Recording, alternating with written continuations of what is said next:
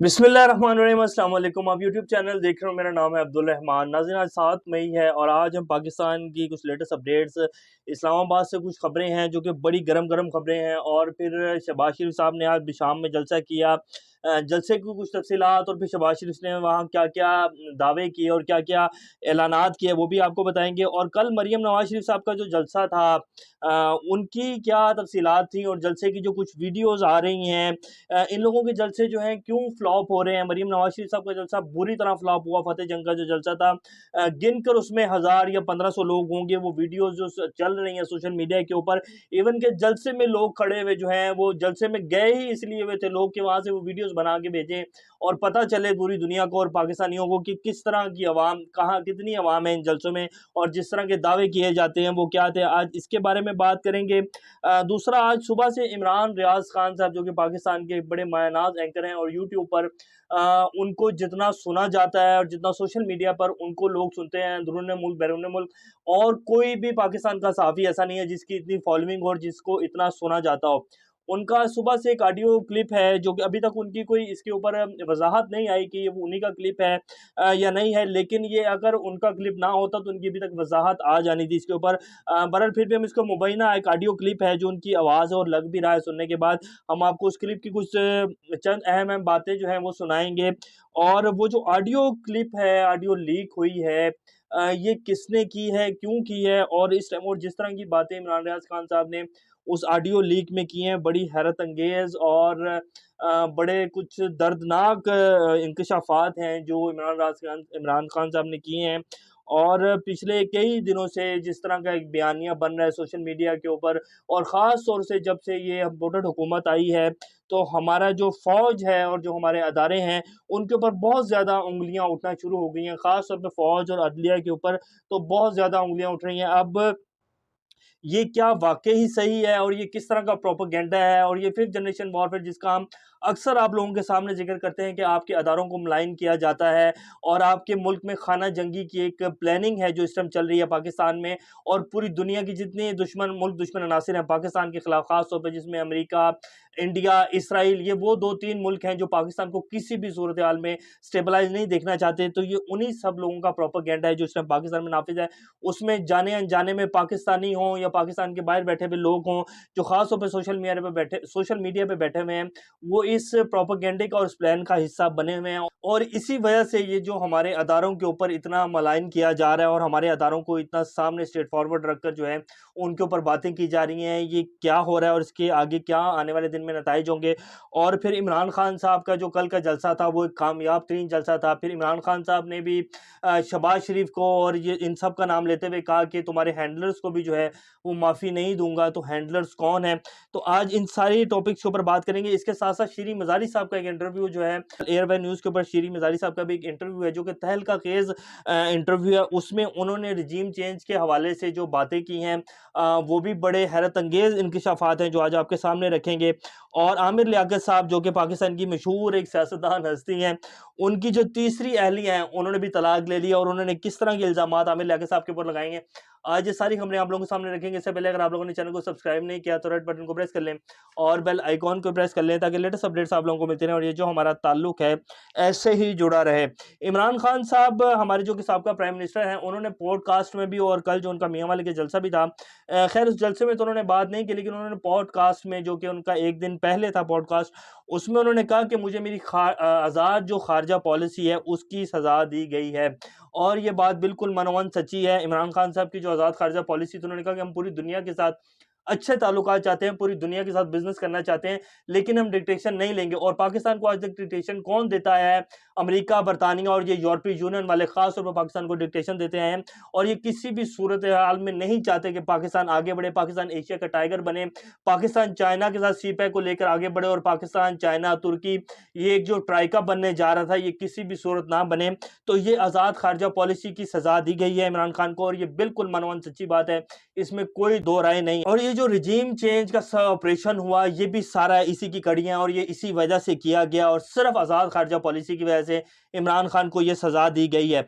अब हम आपको बता देते हैं कि शीरी मज़ारी साहब का जो इंटरव्यू है, उन्होंने उनकी कुछ जो चंद अहम बातें हैं उस इंटरव्यू की, जो कि हम आपको बताएँगे और आपको बिल्कुल क्लियर हो जाएगा कि ये जो रिजीम चेंज का ऑपरेशन है और जिसकी और जो साज़िश हुई, फिर हमारे डीजीआई एसपीआर ने भी कहा कि मदाखलत हुई है लेकिन साज़िश नहीं हुई। ये तो बिल्कुल उनकी वैसे ही मिसाल है कि कान को इधर से नहीं, आप इधर से पकड़ लें। शीरी मज़ारी साहब जो हैं वो बड़ी एक अहम पोस्ट पे रही हैं पीटीआई की हुकूमत में। उनका एक इंटरव्यू, और वो ऐसे ही बोंगियाँ नहीं हाँकेंगी। उन्होंने क्या कहा, उन्होंने कहा कि रूस का जो दौरा फाइनल था, जो रूस का दौरा किया था, वो भी एक रेजीम चेंज का प्लान का एक हिस्सा था, और इसको बहाना बनाकर ये जो कुछ भी हुआ, इमरान खान साहब को सीट से उतारा गया है और ये रेजीम चेंज ऑपरेशन है, इसको कामयाब बनाया गया है। अब ये बहुत बड़ी बात है जो कि वो कर रही हैं। वो कह रही हैं कि रूस का जो दौरा था वो इस प्लान का हिस्सा था। ये कॉन्स्पिरेसी का आगाज़ रूस के दौरे से हुआ था और इसको बहाना बनाना था, और ये सारी बातें, ये सब कुछ तय था। फिर रूस का दौरा किया गया और उसके फ़ौरन बाद आप देखेंगे जैसे इमरान खान साहब रूस में पहुँचे, तो इधर से भी प्रेशर किया गया, हमारे मीडिया की तरफ से भी प्रेशर बनाया गया। फिर हमारी जितनी भी जमातें हैं, इनकी तरफ से प्रेशर बनाया गया, जो कि 11 जमातें हैं। फिर अमेरिका की बाकायदा कॉल आई, शाह महमूद कुरैशी साहब को मना किया गया कि आप रूस का दौरा मत करें, आप इस दौरे को कैंसल करें। तो ये सारा एक वही प्लान था। उसके बाद उन्होंने कहा कि ये साजिश जो है, ये पिछले साल 2021 जून से जो है इसके ताने बाने जो हैं बुनना शुरू कर दिए गए थे।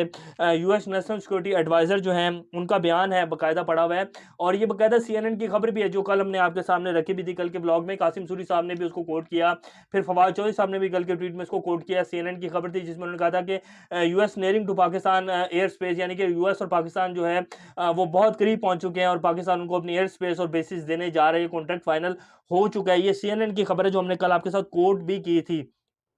और फिर उस खबर को जो है उसके ऊपर फवाद चौधरी साहब और कासिम सूरी साहब हैं, उन्होंने कहा था कि ये कौन था जो उस टाइम इस बात को इन हतमी मराइल तक लेके गया। हालांकि इमरान खान साहब का आपको याद होगा, जो अक्टूबर में उन्होंने इंटरव्यू दिया था, और एब्सोल्युटली नॉट जो फिक्रा बहुत मशहूर हुआ था इमरान खान साहब का, और वो जर्नलिस्ट जो था वो भी शॉक हो गया था इस खबर को सुन के। हालांकि इन लोगों को पता होता है, और सीएनएन के जर्नलिस्ट थे, उनको वो शॉक हो गया था जब इमरान खान साहब ने एब्सोल्युटली नॉट कहा, तो उसको एक ऐसे झटका लगा कि ये आप क्या कह रहे हैं। तो उस इमरान खान ने तो बिल्कुल साफ इनकार कर दिया था, और फिर ये सारा मामला जो था बीच में ही रुक गया था। हालांकि सीएनएन की खबर थी कि ये जो है बिल्कुल फाइनल हतमी मराइल में पहुंच गया है। ये कॉन्ट्रैक्ट, ये इसकी सारी शर्तें जो हैं ये डिसाइड हो चुकी हैं, तो ये अब आने वाले दिनों में अनाउंस कर दिया जाएगा। लेकिन फिर जब इमरान खान साहब ने एब्सोल्युटली नॉट कहा, तो वो सब कुछ वहीं ठप हो गया और सब कुछ वहीं का वहीं रुक गया।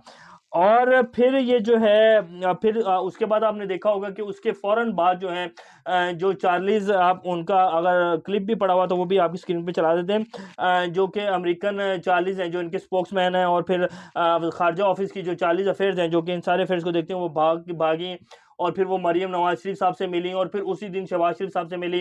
बाद में फिर वो अपोज़िशन, ये जो बिलावल भुट्टो साहब और इनकी जमातों के कुछ लोगों से मिली, और उसके बाद अमेरिकी जो सफ़ीर है उनकी मुलाकातें आपने पिछले साल में देखी होंगी कि बहुत ज़्यादा जो है वो हुई हमारी अपोज़िशन की जमातों के साथ, और जितने भी मुनारिफ़ अरकान हैं।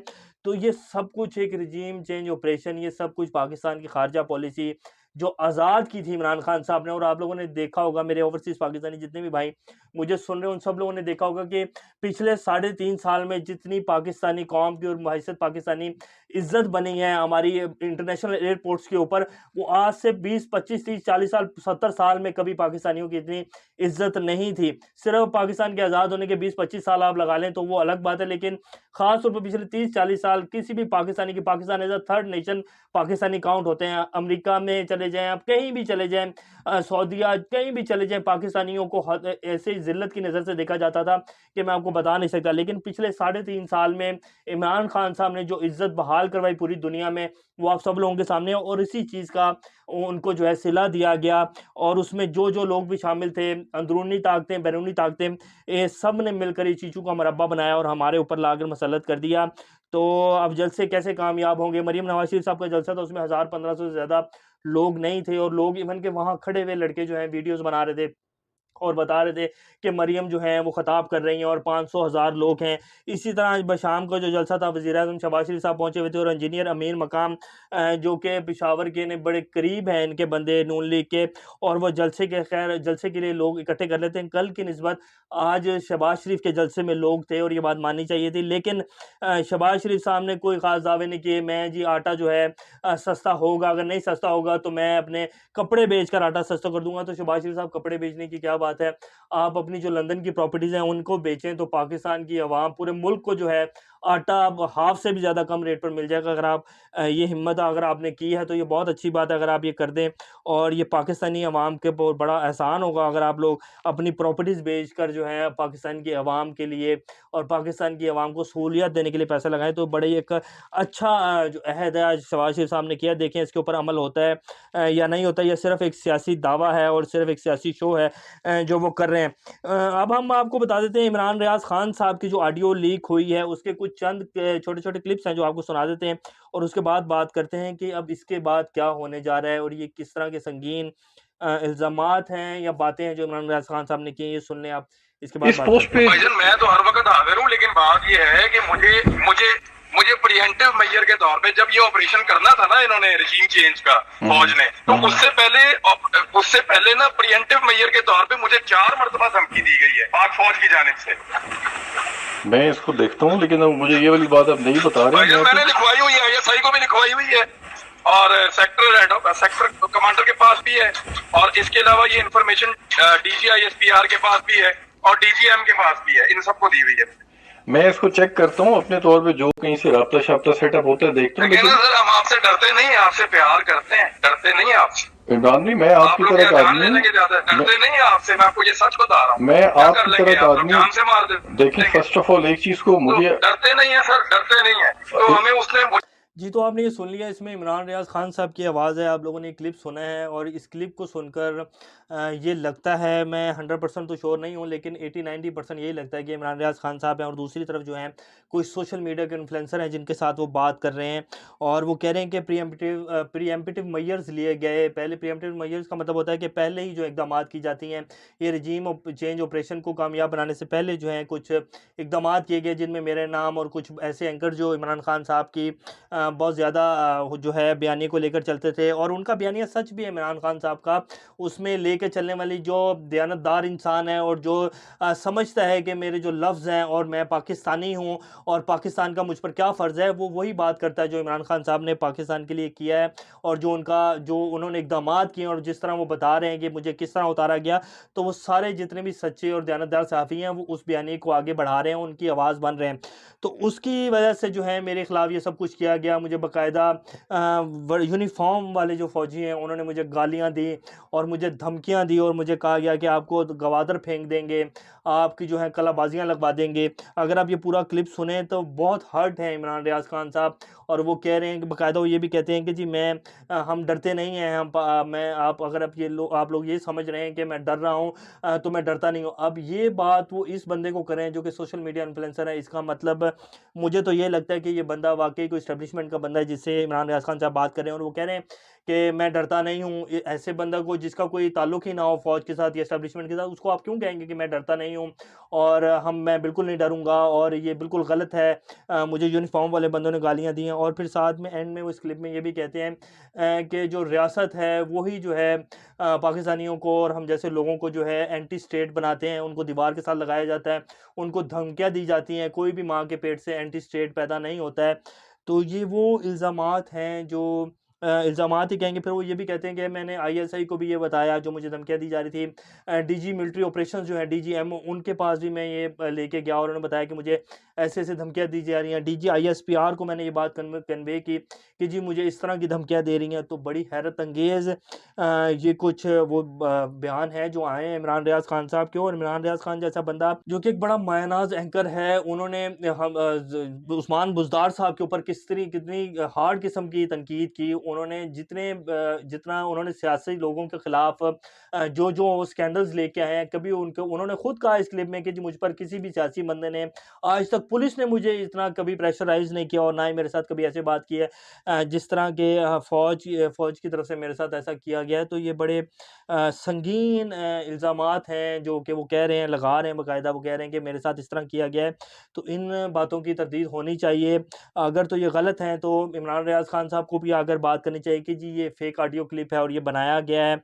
क्योंकि आपका अदारा देखिए जी, हमें फ़ौज से मोहब्बत है और हमारे जो फ़ौजी जवान हैं वो सरहदों के ऊपर बैठे हुए हैं। अगर आज वो सरहदों के ऊपर बैठे हुए हैं तो पाकिस्तान में हम लोग रातों को अपने बच्चों के साथ सुकून से सोते हैं, वरना इंडिया और अमेरिका कब से पाकिस्तान में चढ़ दौड़ते और यहाँ कब से जो है तिबले जंग बच चुका होता है। तो ये हमारे फ़ौजी जवान हैं जो आज सरहदों के ऊपर बैठे हुए हैं और आए दिन जो है हमारे फ़ौजी जवान जो है इस पाकिस्तान के लिए कुर्बानियाँ दे रहे हैं, शहीद हो रहे हैं। तो उन्हीं की कुर्बानियों की वजह से, उन्हीं की शहादतों की वजह से आज पाकिस्तानी 22 करोड़ जो अवाम है, इस मुल्क में जो है बड़े सुकून से रह रहे हैं। तो इसके ऊपर जो है इसका लाज़मी जो है इसके ऊपर क्लियर करना चाहिए। अगर किसी की तरफ से ये प्रेशराइज़ किया गया है और अगर ऐसा नहीं है, तो इसको बिल्कुल जो है क्लियर होना चाहिए। क्योंकि ये ना तो पाकिस्तान के हक़ में है, ना पाकिस्तानी अवाम के हक़ में और ना ही हमारे फ़ौजी जवानों, हमारे अदारों के खिलाफ़ इस तरह का बयानिया किसी के भी हक़ में नहीं है। और इसका आफ्टर ऑल जो एंड में नुकसान है वो पूरे पाकिस्तान को, अवाम को और हमारे अदारों को होगा। तो ये बिल्कुल भी ठीक नहीं है। इस तरह नहीं होना चाहिए। अगर कहीं से हो रहा है और अगर कुछ लोग कल्प्रिट्स हैं जो कि हर अदारों में होते हैं, अगर कोई ऐसा कुछ है तो इसको ख़त्म होना चाहिए। इस तरह के इक़दामात का जो है नुकसान होता है। बहरहाल अब हम बात कर लेते हैं दानिया शाह साहब जो कि आमिर लियाकत की तीसरी बीवी थी। उन्होंने तनसीख़े निकाह का जो है वो दावा कर दिया है। ये ख़ैर पहले ही पता थी जब ये निकाह हो रहा था ये 2-3 माह पहले कि ये जो है वो जो इल्ज़ाम नहीं लगाना चाहिए, लेकिन इस शादी के जो है फ्यूचर पहले ही नज़र आ रहा था कि आमिर लियाकत साहब तो जो हैं वो वैसे दिमागी तौर पर जो है सटक चुके हैं। तो ये एक दीवानावार पागल सा इंसान है जो कि सोशल मीडिया के ऊपर उठकर जो है कभी भी अजीब-सी वीडियोज़ डालना शुरू कर देते। तो उन्होंने कहा है कि जी ये जो बंदा है ये पागल हो चुका है। 11 करोड़ 55 लाख का जो हक़ महर का दावा कर दिया है इन्होंने। ये जो इनकी तीसरी बीवी हैं वो कहते हैं कि पागल सनकी आदमी है जो कि आइस और शराब का नशा करता है और फिर नशे में धुत होकर मुझे गैर इख़्लाक़ी वीडियोज़ बनाने पर मजबूर करते हैं और मुझे भी कहते हैं कि तुम नशा करो और नामहरम लोगों के सामने जो है मुझे अजीब तरह से ये ट्रीट करते हैं और मुझे वीडियोज़ बनाने की और नशा करने की जो है शराब पीने की जो है मुझे ज़ोर प्रेशराइज़ करते हैं मुझ पर। तो मैं इसलिए इनके साथ नहीं रह सकती। तो उन्होंने अब भावलपुर की अदालत में इनके खिलाफ़ आमिर लियाकत साहब के खिलाफ़ जो है वो दावा दायर कर दिया है। तो ये आज की कुछ लेटेस्ट अपडेट्स हैं। इंशाल्लाह नेक्स्ट अपडेट के साथ दोबारा आपके सामने हाज़िर होंगे। तब तक अपना और इस चैनल का ख़्याल रखिएगा। अल्लाह हाफ़िज़।